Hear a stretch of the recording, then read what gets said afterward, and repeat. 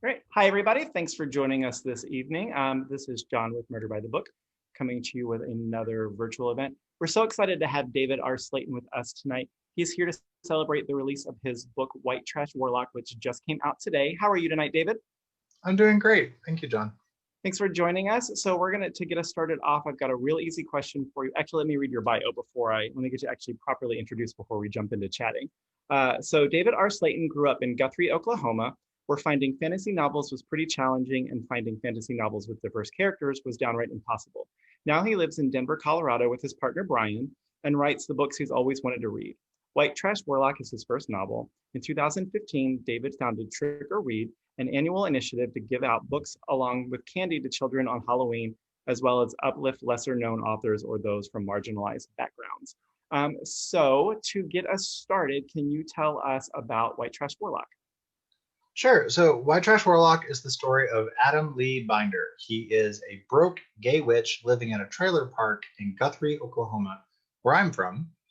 And he's been estranged from his family for many years, ever since they had him committed for hearing voices and seeing things.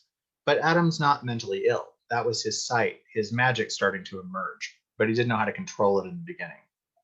Then, now, he lives in the trailer park, but his older brother lives in Denver, where I live now. And he's got this perfect life. He's got the perfect wife, Annie, and she starts showing signs of possession. And Bobby begins to think maybe Adam wasn't wrong about this stuff. So he reaches out for help, and Adam is happy to go to Denver to lend assistance because he's a good person, as well as maybe get the chance to say, I told you so. But things in Denver are much worse than the brothers understand. They're pawns in a game being played by immortals. Death herself wants the spirit that is possessing Annie Reed, and she's willing to destroy their family to make that happen. Awesome. So that is I would not guess that this was your first book based on how you were able to get that elevator pitch out there. So that's awesome. So I also wanted to mention, if you guys have questions for David in the comments, you can drop those in the comments on Facebook. I'm going to be kind of watching those as well. So I'm going to relay any questions that y'all have that pop up while we chat to them. So I mentioned this kind of briefly before we went live. I noticed that you have been involved in the writing community for a long time. Can you tell us a little bit about your path to publication? It's been a long, arduous one. And I think there might be a couple of people on who have been on that journey with me for a while. So I started out trying to write epic fantasy. I love epic fantasy as a genre, and I could never find an epic fantasy that had a character like me, a gay man. And when I could find a fantasy that had a gay character of any kind in it, they die tragically, or they are miserable. They don't get a love story. They were written by someone of straight experience who didn't really understand some of it, or there's a coming out story or an analogy to AIDS. Like all these things, like better authors than me have coming out and AIDS and all that covered. I just want a good old fashioned adventure story where the conflict's not about their sexual orientation. So I started writing young adult epic fantasy quite a while ago and got an agent, couldn't sell anything, changed agents, got a contract about a little while ago. And unfortunately, that publisher had some problems and we had to cancel that contract. And while that was all going on, because it was such a saga, I got really stuck on, okay, maybe this isn't going to work. Maybe I'm not going to get to have this dream. Maybe it's not for me to be traditionally published. So I started writing something just for myself. I was like, I'm getting frustrated. I'm starting to hate writing. And I sat down and started writing a book. I thought I might put it on Wattpad or on my website just for free, just like, okay, and it's just for me. And I put in all the stuff I love about, urban fantasy, with a mindset of urban fantasy. When I started writing, it was dead. Like really great authors like Kim Harrison were on hiatus with it. And urban fantasy, you could not sell one in the trad market. So I was like, okay, I'll just give it away. But as I started writing it, it became more and more commercial. And when I sent it to my then new agents, who they just loved it, and we were able to make a sell with it. I was really excited that White Trash Warlock came to be that way. Yeah, I'm so excited that urban fantasy is kind of having this moment again where it's starting to come back. When the pandemic first kind of started happening, Kim Harrison's publicist had reached out and was like, hey, Kim's got this new book in the Hollow series, which was one of my favorites and one of the first ones I read. And they wanted to set up a virtual event, and I realized that I had missed like the last 2 books in the series. So I had had all this trouble focusing and was able to kind of dive back into that world, and it just kind of rekindled my love for urban fantasy. So when I met you and heard about your book, I was super excited. And it's also, like you said, it's really great to be able to pick up a book and have a main character in it. And, you know, fairly be able to assume by the end of that book that the gay character is actually still going to be alive. Yeah. Because that's one of the things, and some of those early urban fantasy books are really bad about that. We're like, oh yeah, there's a gay werewolf, and oh, he's been brutally murdered. Nope, no more gay werewolf. Yeah, it's the kill your queers problem, right? That happens a lot in fiction, and you see it in television. I think it was coming from a sympathetic place. A lot of those writers and creators were trying to say, I want to humanize these characters to you so that you will feel like they're people too, and that, you know, LGBTQ people aren't so different than you. But often to get that, to twist that emotional heartstring, they would go with tragedy, which means death or whatever. And I hated that. I can't, you know, it's like, I just, you know, why can't somebody have a happy ending? I do believe a lot in happy endings outside of romance. And this book does have that little bit of romance in it, which was really cool because we got a blurb from Dorinda Jones. She writes paranormal romance, hysterical paranormal romance. I love her stuff. But it's, you know, ultimately there's a love story, but it's not a romance. It's not a romance. It's an adventure. It's more along the lines of a true urban in that regard. Yeah. One of the things that I really love about urban fantasy as a genre too is just how inherently connected with the mystery genre it is. That, you know, like Mercy Thompson, Jim Butcher, you know, Kim Harrison's character, Rachel Morgan's essentially a PI. So are you a big mystery reader as well? I'm a huge mystery fan. I've actually written a mystery. We'll shop that probably under a pen name. I don't know if I should mention it. I do love mysteries, and all of my fantasies, even my epics, use a mystery style. I'm very close friends with Sarah J. Henry, Hilary Davidson, and I've learned, I believe every writer should read outside of your genre all the time. So while I consume urban fantasy and epic fantasy in stacks, I also read paranormal romance. I read comedic stuff like Gail Carriger, who I just absolutely love, and who is just one of my idols. And Terry Pratchett, you can see the giant library behind me. But on top of that, I read a ton of mystery because I feel like you will learn how to use tropes and bend them from reading and studying romance. You will learn how to plot and how to make plots work by studying mysteries, and deconstructing mysteries like Hilary Davidson have been super important in my learning process.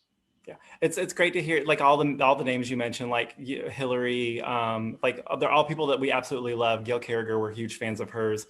She had Soulless when it came out, was like one of our best-selling paperbacks at the bookstore, and I actually got to meet her at a signing at Murder by the Book, like a month before I got hired at the store. So we're big fans of hers too.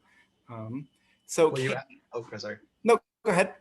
Well, one of my very first writing conferences, my friend Amanda was there, and I walked into I didn't know how they work, and I walked into lunch, and there's this big table. Amanda's on one side, and this woman sitting at just 2 people at this big banquet table, and the one woman near me has got her back to me, and I'm like, I sit down, and Amanda's she's kind of shy, so she's like trying to wave me over like frantically, like, what's going on? So I sat down like, oh, you're Gail Carriger, and she's like, I am, and I told her too, I was like, I'm going to appear very calm right now, but internally I'm squeeing really loud out of fandom. It's really great. Also, it's really refreshing to hear an author when you ask them kind of what they read, to hear that they read widely.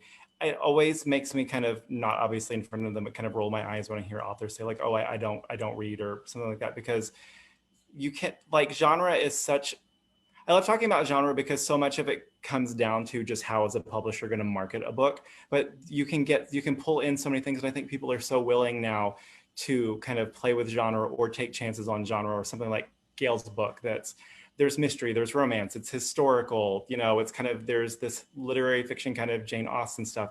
So it's really great to see. It's also a really great way kind of as a bookseller to, as people play with genre, to kind of push people's comfort zones a little bit. Like maybe they're not romance readers, but you can give them something that has a little bit of that element to it. So you can kind of completely turn them onto a completely new genre as well. Absolutely. And Warlock is a complete mashup. I mean, you can see that in the blurbs. We got a blurb from Jonathan Mayberry, horror, Dorinda, who writes paranormal romance, Katie Edwards, who writes LGBTQ urban fantasy that is really close to high fantasy, but his stuff is phenomenal. And then Cale Dietrich, who is one of my favorite young adult authors. You can see his books up there too. Yeah. And because it does have a little bit of that young adult, especially in the romance vibe, I think. And it was, you can kind of see that disparity of styles in Warlock's mashup. So Katie asks, what came first to you, the characters or the plot, and what inspired the story? So I used to live by this hospital here in Denver that was being torn down, and my friend and I would walk through it at night and kind of explore it, and sometimes after a beer or two. And I would also walk by it every day from the bus stop, and I got to walk by the old psych ward. So this chapter 2 came very quickly. The doctor and his wife in that scene in chapter 2, which is my friend Megan Reuter calls the ball of nasty. That was the first image I had. And so, but I didn't know quite what to do with it. So I put it in a file and I wrote that scene, and I sat on it for a couple of years while I was working on my epics. And then one night I was driving through North Carolina late at night, crossing the state. I was there for my day job, and I had to get back to where I was for, I can't even remember the name of the town, for to be on site the next day with my client. And it was a full moon, and the trees were hanging over the highway. And I don't listen to the radio because since I work at home full time for both jobs, writing and my day job, I'm not exposed to much popular music, and I don't know what's new or what's out there. But since when I do get to drive like that, it's exciting because I get to try new stuff and hear new things. And so I heard Kaleo's Way Down We Go, and this music and that scene of the trees and the moon, Adam just jumped into my head, fully formed at that moment.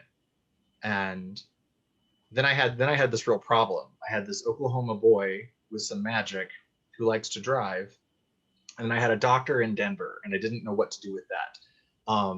And then I began to just pull those together in like two balls of clay until you can make them into something that connected, and that's how we got White Trash Warlock, basically. And so what kind of research did you do into the paranormal elements? Did you look at kind of myths and things that existed already and kind of use that as a jumping off point? Well, I mean, there are elves.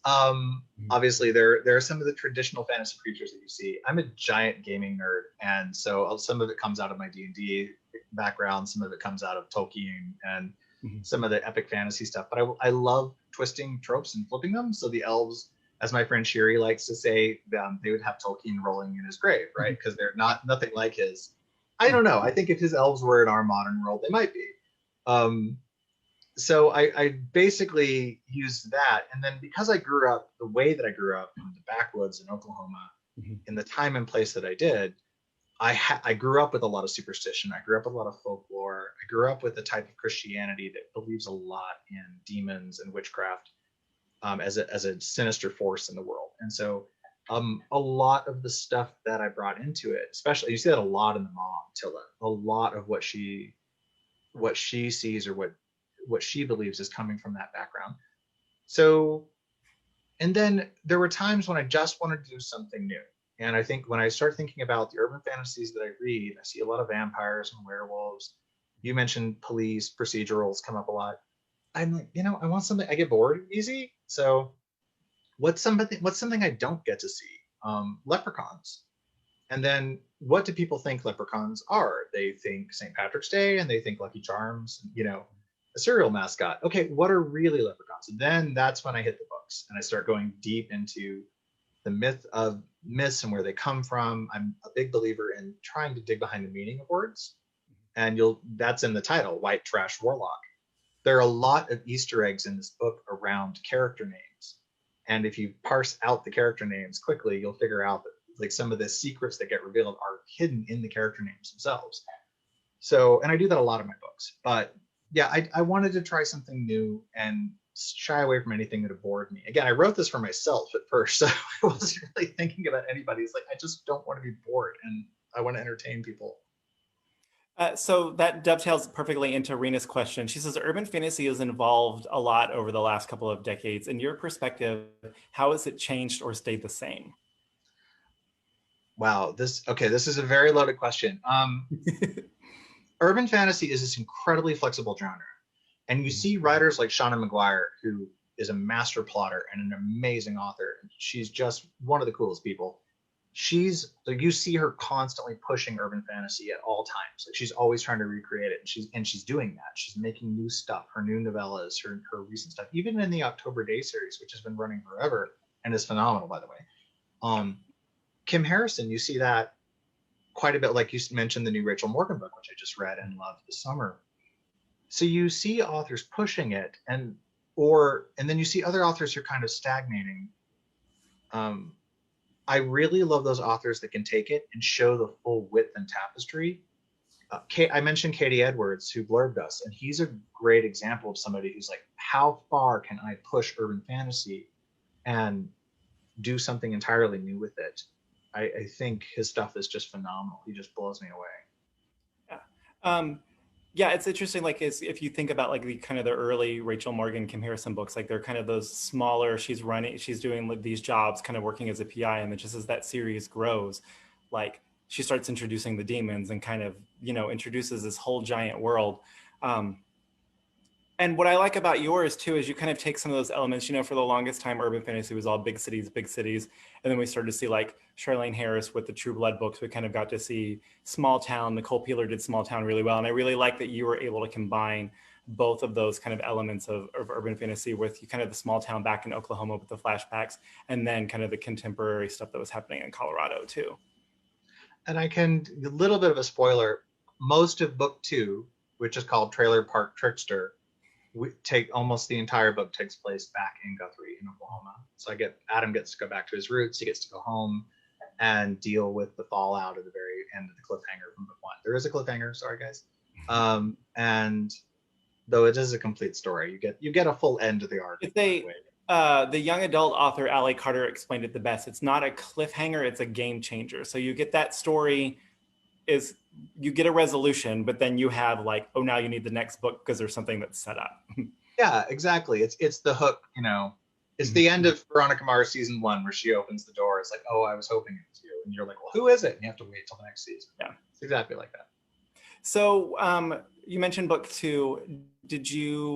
When you were writing book 1, did you think that this was potentially going to be a series? And did you have an idea where things were going to go? Or were you just kind of flying by the seat of your pants? Total seat of the pants. I am really trying to become a plotter as opposed to a pantser. I'm a terrible pantser right now, which is costing me some time in book 3, unfortunately. And again, when I wrote this book, all of my epics, I'm like trilogy, duology, right? I at least have the major bullet points. I write very much like I game master, in that I know where I want things to end, and I know the 5 or 6 big scenes, but then I pants my way between. This one, since I was writing it for myself, it wasn't until I'm like, okay, we're shopping this. I better get out there and start thinking about what the next, 2 books are. And then I've now plotted loosely 2 trilogies. The first trilogy will come to definite close in book 3, and I know how it ends. And then we have hopefully a second trilogy. It depends on, it's all about sales, right? It depends if the publisher wants more on how well it does. And we also have a spinoff we're looking at using some of the side characters. I love that. So you're kind of looking at sort of the Gail Carriger approach to kind of world building, where you have like kind of a contained story, but then you have a bigger world that you can play in. Yeah, and Gail is, she's basically my idol in many ways, and the way that she's handled using 3 traditional series, a young adult, new adult. I would argue her third is new adult, and then she's now self-publishing novellas and stories to fill in gaps between those time gaps, because they take place over that 60-year period, as well as to tell you about what happened to the side character, what happened to Biffy and Lyle and Ant, like those kinds of things. I think she's just brilliant, and I love the way that she's filling in those, coloring in those spaces for us. Yeah, it's a great way to be able to kind of flex yourself creatively and still kind of have this giant world to play in. I love that she does that. So Tricia says, in your effort to highlight the LGBTQ point of view, what was a critical element that you wanted to include in the book? Okay, so I knew that I wanted this to be unapologetically gay, right? Adam is gay. He has my sexual orientation, and that was going to be very clear. There is a bit of a scene in chapter 1 with a kiss, and Adam is flirting with a guy, and that is gonna be on the page. I wanted that clear right away so that if anybody was going to be put off of it, or they didn't want to read about that, they know what they're in for, right? I'm not going to get halfway through the book and suddenly there's like, a heavy makeout session. I wanted a romance for sure. It was really important to me that while Adam's family and he have problems, his orientation is not the pinnacle of that. It's not the fixation of it. I did not want a book that had conflict around gay trauma. This is a big deal for me. Again, I read so many books where one of the characters dies, or one of the characters has to deal with an abusive father who's abusing him for that. And there is some of that in Adam's past with his missing father.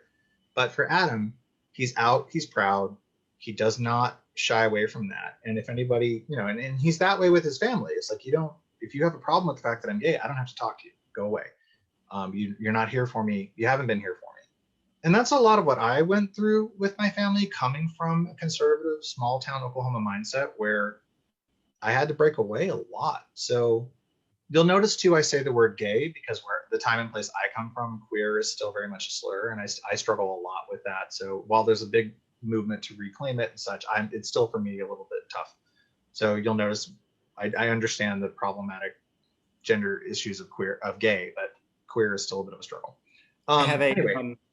I actually have because I know that you prefer gay over queer, and I use queer a lot. So I actually have a post-it right here on my thing to use the word gay, not queer, while we're chatting. I'm working hard on it, I got to say, because again, language changes, and that's important. Their efforts to reclaim the F word, on the other hand, yes. That one's a bridge too far. But I'm working on queer really hard because, again, it's really important to my friends who don't want to have that male gender lock-in. And I am trying really hard to get more behind the word because I understand their problems with it, their problems with gay. Yeah. So James asks, what was the most difficult thing to overcome while you were writing the book? Oh man. Okay. So I guess I'll be honest because I've been so shy before. This book deals with a lot of Adam's family history. It deals with the child abuse, and that is a trigger warning. And I do have a blog post up on some of the trigger warnings in the book. Writing about my family history and writing about some of the things I dealt with and that the brothers deal with or people in my family dealt with, they happened. And diving into that was tough, pulling up some of those memories, pulling up some of those feelings, because I wanted them to be as real as possible. So I started dredging up real stuff, and it must have been hell for Brian to live with me during all that, because I was really thinking through what was that experience when I was a 6-year-old and my dad slapped me. It was funny when I started getting early reviews and people were like, can we get trigger warnings? But it's just my life. Wait, no, this is a lot for some people. So that was hard to write. That was hard to go back into that space. Yeah, I wasn't sure whether to ask how much of that was kind of based on real life experience, because it definitely reads very true when you're reading it, and it doesn't seem like it's something that you were kind of writing from outside of your perspective. I jokingly say this is an own voices book from many, many perspectives. The background, I grew up in a trailer in the woods in Oklahoma. That's how I grew up, and I grew up with people calling me white trash, even though my family worked really hard, and there's a lot of class discussions, and some of that we deal with that in the book. So yeah, I put a lot in myself, it's funny that this is the first book that I published because it is the most personal one. It's the most real. I'm not hiding behind a fantasy character as much as I would be in one of my epics. And I think that's why people are connecting to it. But I also feel weird vulnerability with this book because it's my life, Yeah. And has any of your family read it, and what have their reactions been? I'm waiting. My mom got her copy today. My aunt is reading it. My aunt is an amazing person. She really wanted to be an author herself. She has some health issues that have made it hard for her, but she has written some fiction. She's published a few things in the inspirational market, and I'm kind of curious to see if some of my family read it. They're not big fiction people, and they're not secular fiction. My mom reads inspirational and Christian fiction, so she won't even watch Buffy and stuff. So she wouldn't read Gale. There you go. That's mom. She wouldn't read Gale because it had vampires. So we're gonna see if my mom reads this book. So Next year for book 2. So Mary wants to know, how long did it take you to write the book, and was there anything that was left out during the editing process? My editor was amazing. How long did it take? Each book is different. Warlock is short. It's only about 80,000 words, as urbans tend to be. My epics are about 100 to 120. They're a harder sell partly for that reason. More paper, more risk on the part of the publisher. So epics are a harder place to break in. It's hard to say because my first draft was done a few years ago, and then it's not my story to tell, so I won't mention it, but there was some illness in my family that made me spend more time with my family, and one of the people in my family that I'm closest to, and again, I'm purposely being vague about this. I spent a lot of time in a hospital, and being there, that's when I had a laptop and a lot of time on my hands, and that's when I edited it. So if I tried to break it down over time, I'd have to say 3 to 5 years. If I tried to break it down over like hours spent, probably a couple hundred. So what is it like, it's taking 3 to 5 years to write the first one, and then you sell the first one, you have to turn around and write the second one, and you have to do it quicker than that. What's that process been like? Well, that's where being a pantser is a problem, because if you don't have stuff outlined, you don't have stuff prepared. I was lucky too, to answer the second part of the question, which I skipped. My editor had a few scenes he wanted to cut. There were some of the flashbacks, and I feel like the flashbacks are vital to this book. But my editor, who's amazing, said, there's 2 or 3 I just don't think these work. And I was like, okay, cool, because I know exactly where to slot them into book 2. So I cut those out. They were outtakes, but you do get those scenes. You do get them still, like how Adam gets his car, which is such a part of his identity. That's in book 2. And I lost the follow-up question. I'm sorry, John. So what was the process like, having to turn around and kind of write the second book quicker than you had with the first one? Okay, so we were in Oregon, where Blackstone Publishing is housed, and we got to go to, we were there for Shakespeare in Ashland, which is the most amazing town and the coolest thing. And Blackstone just coincidentally happens to be there. And while we were there on the coast, the contract came in, and then we went to Blackstone a couple of days later and all the Shakespeare. And I had some ideas at that point. Like I said, I had kind of the 5 big scenes, but I don't usually get this inspired. I don't usually get this like lightning strike moment. But by the time the plane landed back in Denver, I had a pretty good amount of the book outlined. And I wrote Trailer Park Trickster book 2. It was due in June. I started in January. Took a lot of February off. I tend to get a lot of seasonal affective disorder. So I basically wrote book 2 in 4 months. Wow. And that's working in the mornings and weekends. I don't have much in the way of hobbies or TV stuff these days, because I'm writing full time as much as I can on top of my day job. Yeah. So Bryce wants to know, kind of leading into that, what is your writing routine look like? Do you tend to write in the morning? Do you write in the evening? Do you listen to music while you do it? I try to write every morning starting at 5 a.m. Part of the 5 a.m. Writers Club hashtag on Twitter. It just sort of depends. Right now, my day job has me starting at 6, which stinks, because I'm working with an East Coast client that needs to start at 8 their time, and I need to interface with India. When things are working well, and they're not right now, I'm writing from 5 to 8, starting my day job, doing a full day. If I have any brain points left, and by the way, this is something I learned from Gail Carriger and Chuck Wendig at my first conference, then I will go back and do a little bit more editing that night. And then I try to do as much weekend time as I can. I learned that I was setting up all this pressure on myself to write so many words a day, and that was killing my motivation. So I learned, don't try to write 1,500 words a day. Try to write 10,000 words a week. And by doing that, I can set a shippable, workable block of, okay, so I didn't get anything done today because today was release day. We ran all over town to sign books and do stuff and ship stuff. So tomorrow I will try to write 2,000 words if I can and make it up. That way I don't beat myself up. So I try to work in week blocks, not day blocks. That way if I lose time, I'm not like mad. Music is I'm very sensitive to rhythms. So the music has to be something I know really well. Like I've listened to it 100 times. So I tend to listen to older music if I'm writing the music. And it's got to be something that it's familiar so that it doesn't get into my head and start messing with the page. Or it has to be something that's really ambient. I listen to a lot of video game soundtracks. I found these amazing loops on YouTube where they take pieces of like the Skyrim soundtrack and they'll use like all the rainy ambient songs and put them on like a 2-hour loop. That stuff works really well for me.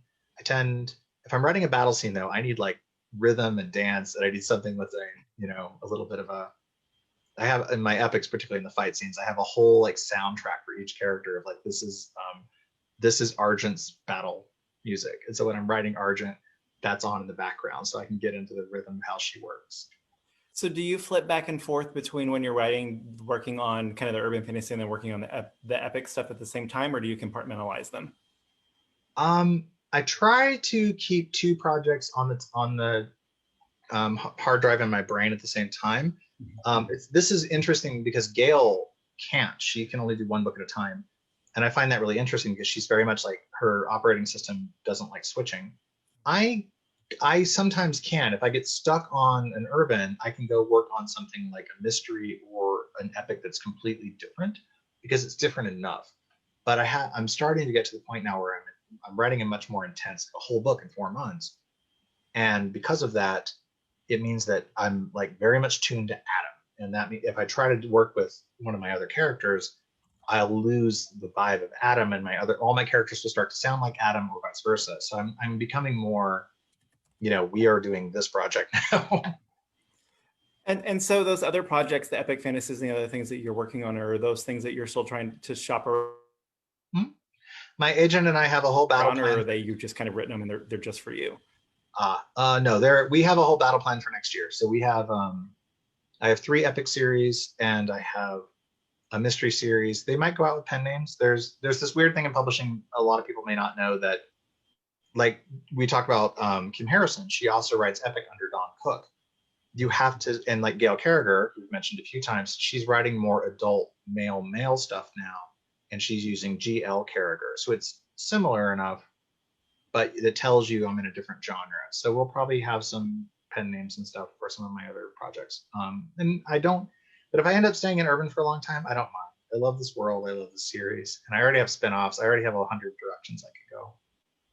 So the question then is, if you're going to use pseudonyms for the other stuff, are you going to have different wigs for each of them like Kim Harrison does? I probably won't have wigs, but I do have a lot of hats. If I raise my camera just a little bit, my aunt just sent me a black fedora, which is funny, it's leather, which isn't normally my style, but she's like, I saw this and I didn't know if you'd like it. I'm like, well, there are fedoras in the book. So yeah, the elves, they dress like gangsters a lot. So there is a bit of I probably wear hats, but no, not wigs. I like my hair a lot. Or like CJ Box, who does the Joe Pickett Western novels, and then he does standalones. And you can always tell because for the Joe Pickett's and his author photo, he has the cowboy hat on, and then for his standalones, he doesn't wear the cowboy hat in them. So there's lots of ways you can play with that. One of the things I liked about early on in the book too is that Adam is kind of searching for these different artifacts. Is that something that we're going to get to see play out over the course of the series more? There is a big question about those artifacts in book 1 that needs to be answered, that is not answered. And one reviewer was like, what happened to that?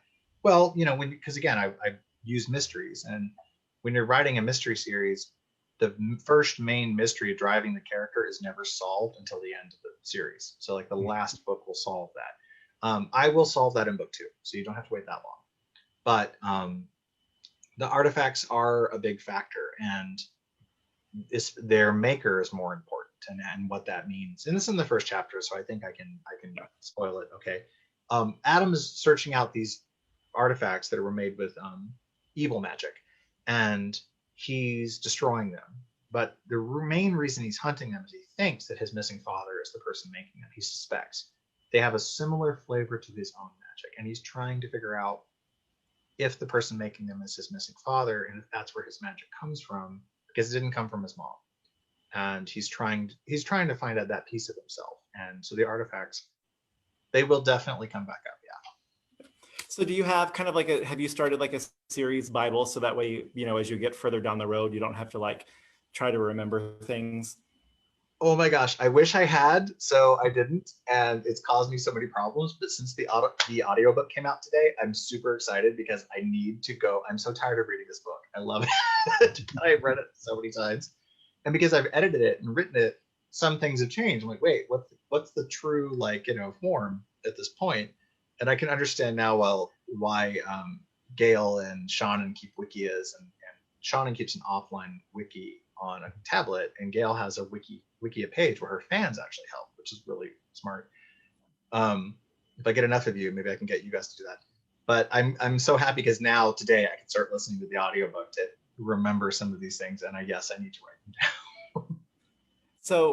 So you're gonna actually go back and listen to the whole audiobook? Mm-hmm. Wow. Are you a big audiobook reader or listener? I am. Not lately because of COVID, but I used to be much more into the gym. And what I loved about that was I could listen to, listen to most of Gail's stuff on audio. Mm-hmm. Because I'd okay, if I get through 2 chapters, that's, my cardio time. Or if I'm gardening, right, I can do other things. And I'm pretty good at multitasking as long as the task I'm doing doesn't take any concentration, and I can still listen.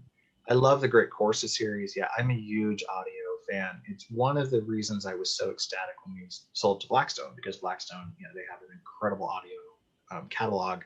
And the reason they're in Ashland is so they could tap that Shakespeare Festival for actors and voices for their projects.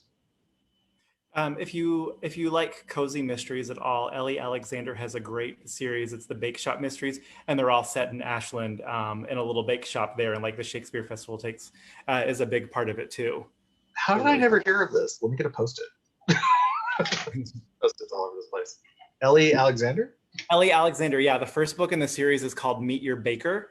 And so this woman comes back to her little town where she grew up to help her mom run their bake shop. And one of her best friends is Lance, who was the head of the Shakespeare Festival. So it's a big part of the series as well.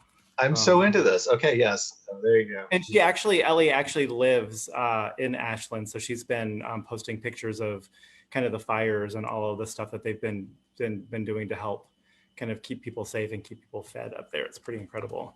It's tragic. There's a smaller town nearby called Phoenix that is just gone. The town's just gone. And Blackstone did a GoFundMe for the employees, and I was happy to donate because they've been such an incredible team to work with. When I talk about the book, I don't say I say we, and a lot of that is my agents and Blackstone are just, I couldn't ask for better partners in this endeavor. Yeah, Blackstone's been really great to work with. They're kind of newer on the actual print version or print side of stuff. But we worked with them setting up your event.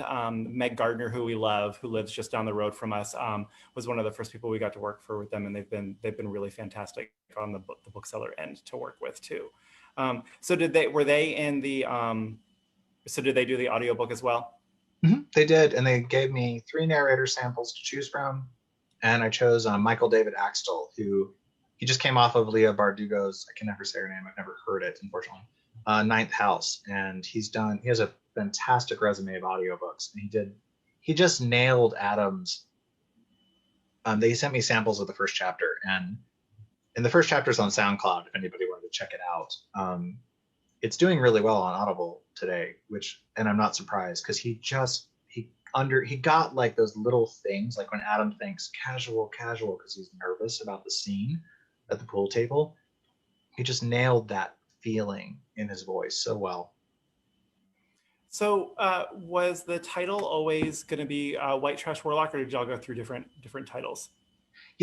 So a lot of, again, if you're any writers, your aspiring writers are on, you might not know this. Your title and your cover are not up to you. They are marketing's department. So you might go out with a title, and I've had that with some of my epics, where the publisher's like, love the book, hate the title. I'm like, okay, what do you want? And they'll give us 20 samples, and maybe we'll come up with something else. Jaws went through this, by the way. Jaws was originally called Silence in the Deep or something.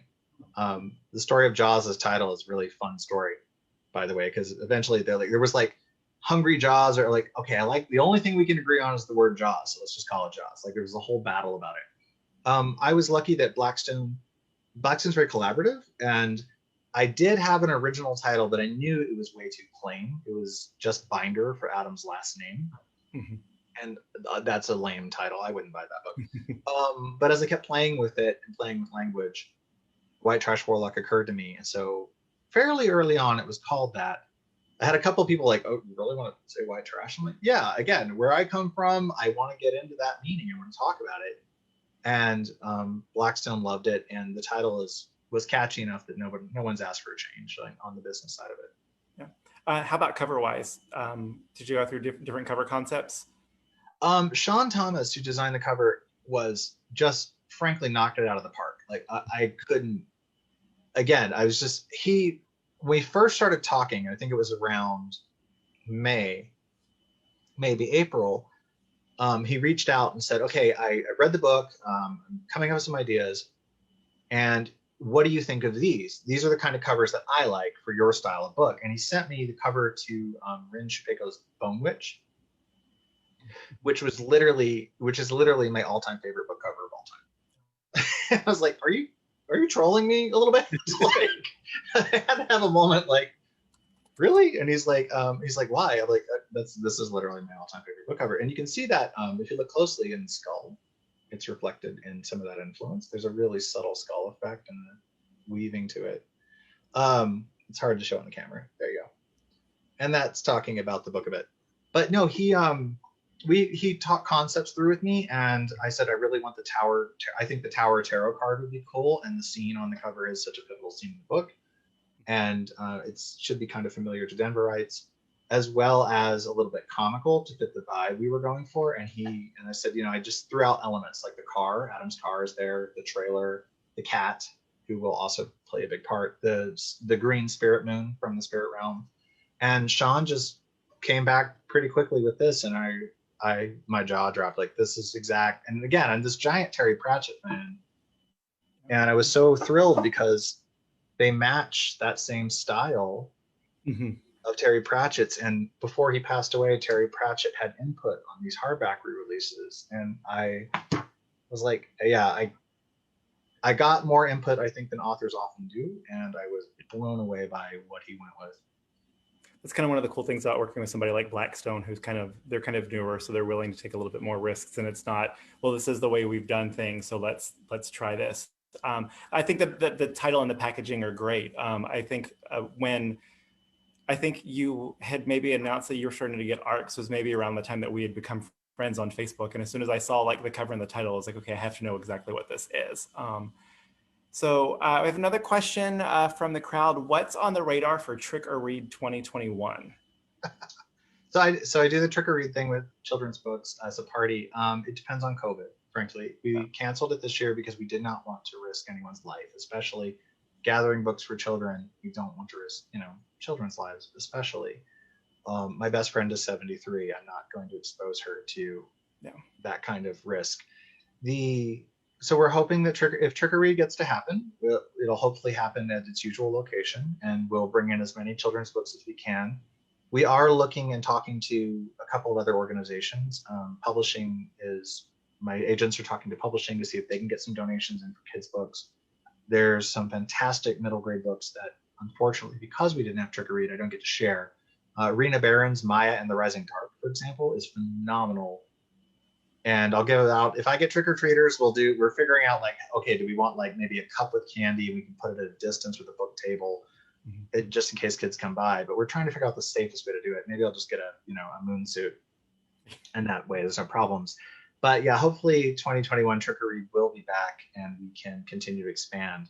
It breaks my heart that it was canceled this year because we were starting to hit critical mass with it, where we were getting 100 people. Remember, party attendance was going up, book donations were rising. We have, like, my very good friend Anitra in Colorado Springs gives out 100 books on her own. She doesn't even have to like take books from the party now. She just makes that happen. And yeah, it's killing me not to have it this year, but it's the best thing. It's the safest thing. Yeah. James wants to know if you have any advice for new authors. Wow. Okay. So if you're brand new and you haven't written anything yet, and this could be a whole hour discussion at a conference, start by reading 3 books in your genre, or the genre you want to write in. If you're trying to write a new genre, like Brett, like I wasn't selling an epic, I tried to write urban. Find 3 first books, not like their 5th book, their 3rd book. Find something like White Trash Warlock, somebody's first book, because yours is going to be a first book. Don't try to write George R. R. Martin's Game of Thrones. Try to write his book from 1974 that won the Campbell, right? You need something his first book. Long career, that man. Anyway, take 3 books in that genre, cut them apart, study them, outline them, find out their word count. Word count's the biggest problem in traditional publishing I think of new authors. They overwrite. They have too many words. And as a first debut, you don't want your word count to be too high. It needs to be appropriate for your genre. So study those 3 books, page to page, cover to cover, outline them. Even if you don't like them, study them in depth. Write down the plot twist, the things. You're not going to steal any of that. You're just going to study the structure. Then outline your book and try to write your book. Don't start writing until you know how to write what you're writing. And if you have any questions about this or want to reach out to me on Twitter, it's just @drslayton or my website, davidarslayton.com. I'll have a blog post up on it actually.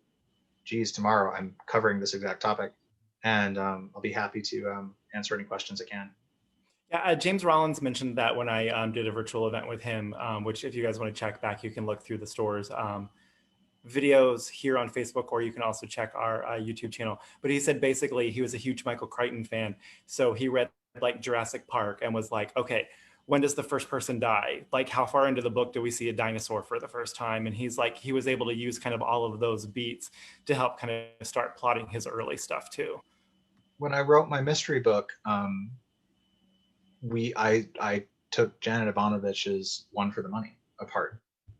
My book is about a Greek archaeologist that it's a historical mystery in many ways. It has nothing to do, it's like nowhere near One for the Money, but by studying such a great best-selling book, I learned the beats and the pace. So. Yeah. So Lee wants to know, when did you know you wanted to be a writer, and what did that feel like? So the aunt that I mentioned before, she, when I was very young, she said she was getting published and she was very excited. We were in the car going somewhere, probably Walmart, because where else do you go in Guthrie? And she said, lots of people write books. Not a lot of people can publish a book. And she set that bar for me. I think I was 6. And I was like, ooh, that sounds like a goal. Like that sounds like something I want to do. And grew up on Star Wars, of course, and I wanted to write a Star Wars book. And then when I got to be a teenager, I wanted to write a Star Trek book. So it's been something I've wanted my whole life, but I dropped out of high school because for lots of reasons, and my education was delayed. It took me a lot longer to get here than I ever imagined it would. And now there's this vast array of Star Wars and Star Trek books that are out there. So it's entirely possible that you could write a Star Wars or a Star Trek book now. Oh man, I read Rebecca Roanhorse's Rebellion or Resistance Rising. I got the title screwed up in my brain, I know. Her Star Wars book, and it was phenomenal because that's the book. Or the Alex Segarra's Poe Dameron YA. I'm like, I want to write the Poe book, but I want to write the Poe coming out book. So I'll just have to write a space opera that's my own stuff if I can't get there. It's been really cool to see, gosh, I don't know, in the last 5 or so years, how kind of that intellectual property stuff, it used to be such a, it was ghostwriters, nobody knew who was writing the stuff, to now it's they take these great YA authors and they're able to expand their audience, and just how that's kind of completely opened up this world for writers. And writing properties, it's challenging in a different way, and it's fascinating. And I've learned a lot about how I would try to write something like that by reading comic books, because you can't, and Star Trek novels, you can't fundamentally change this character. You can have a secondary or tertiary character make a comment that can later then be disproven, so it's not canonical. But yeah, it's and of course, being a big Trekkie nerd, watching how shows like Discovery might retell or alter something can show you how to write a property safely, as it were. So these next 2 questions are kind of related. Brian wants to know, what surprised you the most about the publishing process? How slow it is, and that's not a bad thing necessarily. We had a year between contract and release, just over a year, and I'm really kind of wish I'd had more time to get some of the promo and stuff done or prepare for today. But publishing is a really interesting industry in that it is very relationship based. It is not necessarily, it is a business, and that's critical, but everybody knows everybody. It's also microscopic. So you hear about an author who's like a jerk to a bookseller, and then an editor is like, oh yeah, I don't want to work with him. He's terrible. Or because I saw him be mean to that bookseller, or if somebody is just very like mechanical or not good at relationships. You need to be better at people, which of course this is an industry all about playing with our imaginary friends in our heads. Mhm. And then you go out and you have to put on this extrovert space. So learning to be extroverted and social was something that I had to do. I'm intensely introverted, and when this is over, I'm going to go hide in the corner and not talk the rest of the night. But you do have to learn to be extroverted to do that, to sell a book traditionally and promote Yeah, it. yeah, it's like you said, it is a small world. So there have definitely been times when we're like, oh my gosh, we really love this book. We would love to have this author come to the store. And the publicist is like, oh no, that person doesn't travel or not, and you can kind of tell or they don't deal well with other people. So the book is still great, but they're not going to put that person out on the road. So the other part of that question is from Veronica, and she wants to know, what do you wish you could tell pre-published David about publishing? It's going to take you longer than you think. Um, Trust your instincts more. Make friends in the writing community sooner. Don't think it's all in your head. Go to conferences, connect with people. The thing that really leveled me up and got me from wanting to becoming an author, because I didn't have any guidance, I didn't have any mentors, and when you go to creative writing programs, it's going to take you longer than you think. The creative writing programs will tell you, oh, we're going to teach you to be literary, and like, I don't want to write literary, I want to write fantasy. What? No, that's terrible. Don't do that. Really, you've got to learn to connect with other people that want to do what you want to do. So writing conferences and you're finding that group of people is what changed everything for me. Yeah, just even from a bookseller not being an author, and it's really great to see how supportive everybody in the community is. People don't view most authors don't view each other as competition. They realize that, readers love books, and if they love one author, they'll love another. So you're not taking a sale away from somebody. You're creating more readers, and it's been really great to see just in the last couple of days as you've been like tweeting and posting, just to see kind of all of the other names like across all different genres that have popped up to congratulate or retweet. It's been a really neat thing to see online. It's been ridiculous because I spent half the day today just being like, oh my gosh, like, David Mack followed me on Twitter today, and I'm this gigantic David Mack fan, right? His Iron Codex series is incredible. I've been reading his Star Trek books for, 15, 20 years. And, he writes for TV and stuff. And I'm just, when Jonathan Mayberry blurbed me and all like Dorinda, I'm the world's biggest Dorinda Jones fan, and I get to be on a panel with her in 2 weeks. And I don't know how I'm going to behave, because I'm just going to be like staring at her the whole time. So can you tell us a little bit about the blurb process and what that was like to kind of reach out to people and ask for blurbs? Oh, it is the worst. Okay, so blurbing is the worst thing. Asking for blurbs is the worst thing.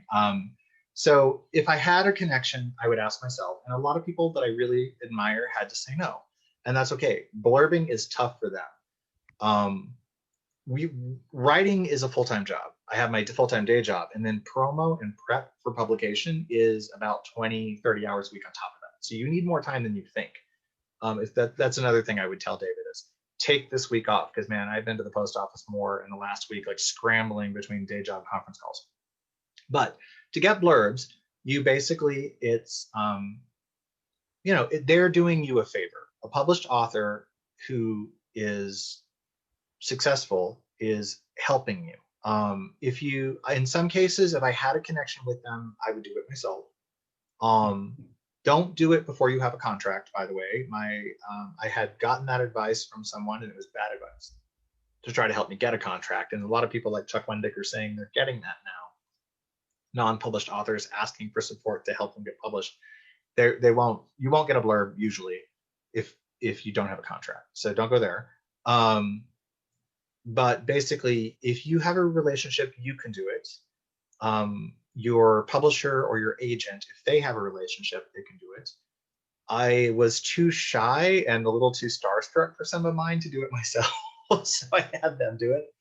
And then a couple of them I did, like Dorinda Jones, because we had met before at conferences, and she knew I was this massive fan, and it's a very awkward thing, because like I admire you so much, and I'm asking a favor from you. It's very hard. I'm not great at it. I asked Cale Dietrich from the YA world, and he was kind enough to say yes. But it's usually, I was like, please, publicist or publisher, can you help? Because I'm way too scared to approach these people. Yeah, Kale's book is sitting at the top of my to be read stack, the new one, and I have been meaning to get to it since it's been out. It hasn't happened. It's going to happen really soon. I'm super excited about it. I loved the love interest. He captures teen want, especially as a young gay man who's having that first feeling. And Adam goes through some of that in Warlock. Kale writes that better than anybody I've ever read, and for that I'm just the world's biggest fan, because I feel that so much. So before we head out tonight, what is something that you have read or listened to lately that you absolutely loved? So, full confession, I did not read Katie Edwards' books until after he blurred me, because I knew that we were adjacent in LGBT urban fantasy space, and I was scared that I would be influenced, and I didn't want that. So I kind of stayed off his stuff. Then, as soon as we got the contract and I had the series kind of plotted so that I wouldn't borrow anything or be influenced, then I went through and I read all of his books, and both of them so far. And he's got some novellas and stuff too, and just a phenomenal writer, phenomenal, incredible world, and could not put it down. Awesome. So if you guys came into the chat late, we've been talking with David R. Slayton, whose new book, White Trash Warlock, just came out today. We have copies at the store. We also have some signed book plates and some other swag that David was kind enough to send us. So you can give us a call at 713-524-8597 or visit us at murderbooks.com to order copies there. We are still at the moment doing curbside pickup Monday through Thursday with appointments on Fridays and Saturdays. If you guys are local and you've been wondering about status of us opening, keep an eye on the email newsletter. We're starting to talk about when we're going to open, so we should have some good news for everybody in the next couple of weeks.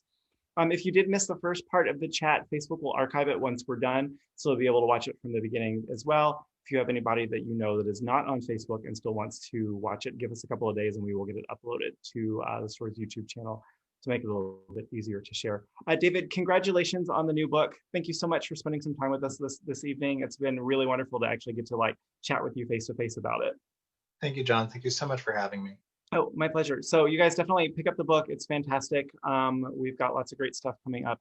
So if you haven't checked out murderbooks.com to see the roster of events, definitely check that out. And everybody have a good night. Thanks, David. Thank you, everyone.